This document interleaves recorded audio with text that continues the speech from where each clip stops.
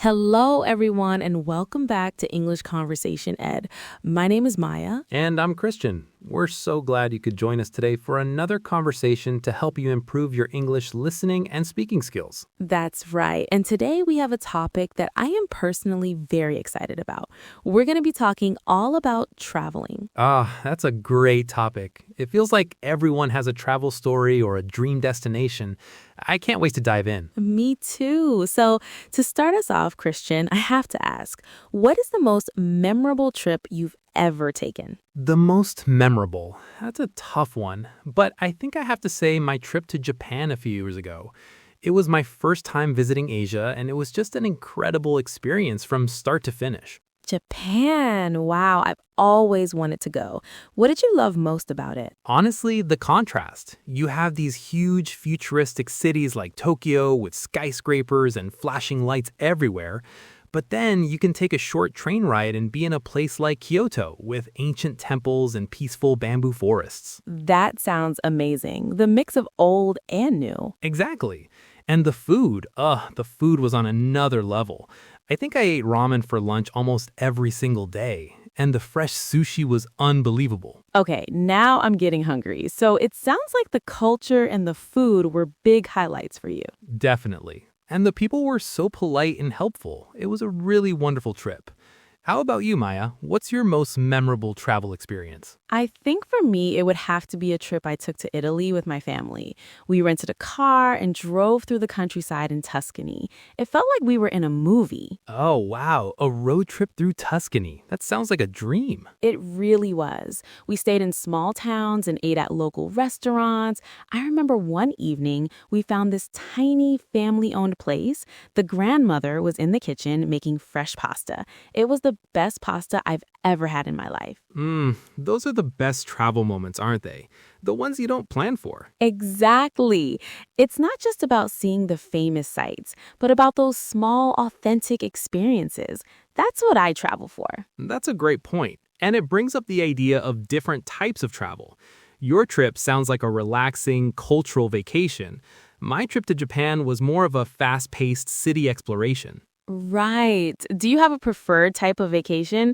For example, do you prefer relaxing on a beach, or do you need to be busy and exploring? I think I'm somewhere in the middle. I can't just lie on a beach for a whole week. I'd get bored.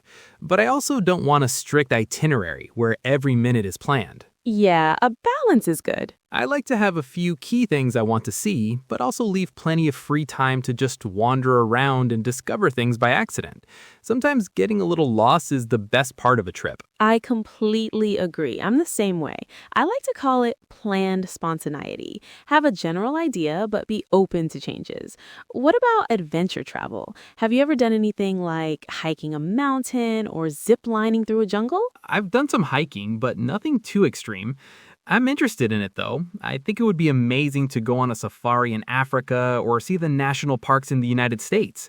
That's a different kind of travel altogether. Oh, definitely. It becomes more about nature and wildlife than about cities and museums. Another question for you. Do you prefer to travel alone, with a partner, or in a group? They all have their pros and cons. Traveling alone gives you complete freedom, which is amazing. You can do whatever you want, whenever you want. Right, no compromising. But traveling with someone else means you have someone to share those incredible moments with. Seeing a beautiful sunset is great, but sharing it with a friend or partner can make it even more special. That's very true. I think my ideal is traveling with one or two other people, a small group. Large groups can be difficult to coordinate. I agree. It's hard to make everyone happy in a big group. Someone always wants to do something different. Okay, so let's shift to the practical side of things. Let's talk about travel tips.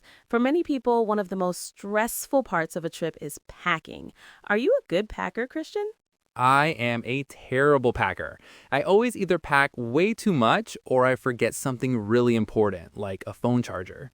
I used to be like that, but I learned a trick. I always make a list a few days before my trip, and I try to pack clothes that I can mix and match so I can create many outfits from just a few items. That's smart. I should try making a list. Do you roll your clothes or fold them? I've heard rolling saves space. I am a big fan of rolling. It absolutely saves space, and it helps prevent wrinkles. I highly recommend it. My number one packing tip. Okay, I'll try that next time. Here's a tip from me. It's not about packing, but about when you arrive in a new country. I always try to learn at least a few basic phrases in the local language. Oh, yes, that is so important. Just knowing how to say hello, thank you, and goodbye makes a huge difference. People really appreciate when you make an effort to speak their language, even if it's just a little bit. It shows respect for their culture. That's a fantastic tip. I would also add be adventurous with food. Don't just eat at the tourist restaurants. Try to find where the local people eat. That's where you'll find the best, most authentic meals. That is so true. Some of my best travel meals have been from small street food stalls or little restaurants that you would never find in a travel guide. And be prepared for a bit of culture shock. Things might be very different from your home country, the customs, the pace of life, the way people interact. Mm-hmm. Instead of getting frustrated, try to be open and curious about the differences. It's all part of the learning experience that travel provides. Absolutely. Having an open mind is probably the most important thing to pack. That's so true. But even with the most open mind, things can still go wrong. I'm sure some of our listeners can relate. Have you ever had a real travel disaster? A missed flight, a terrible hotel, getting completely lost? Oh, definitely. I once got on a train going in the completely wrong direction in Italy. I didn't realize it for almost an hour. My limited Italian and a lot of frantic hand gestures eventually got me on the right train, but for a while, I was pretty sure I was going to end up in a tiny village in the middle of nowhere overnight. It was stressful then, but it's a funny story now. Oh, that's a classic travel mishap. It's terrifying when it happens, but you're right, it makes for a great story later. It proves that you can handle unexpected situations. All this talk about past trips has me thinking about the future, though. Where do you dream of going next? Ooh, my bucket list. I have a few, but I think the number one spot has to be Iceland. Iceland. That's a popular choice these days. Why Iceland? The landscapes look like they're from another planet. The volcanoes, the glaciers, the waterfalls. It's just incredible natural beauty. And my biggest dream is to see the northern lights. Seeing the northern lights would be a magical experience. I hope you get to do that someday. Thank you. What about you, Maya? Where do you dream of going? For me, it's New Zealand. I'm a huge fan of the Lord of the Rings movies, and the scenery in those films is just breathtaking. I want to see those mountains and lush green hills in person.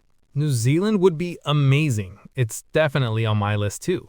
It seems like the perfect place for hiking and outdoor adventures. It does. Well, it's fun to dream, and hopefully we can both make those trips happen soon. Fingers crossed. Well, I think that's about all the time we have for today. This has been a really fun conversation, Christian.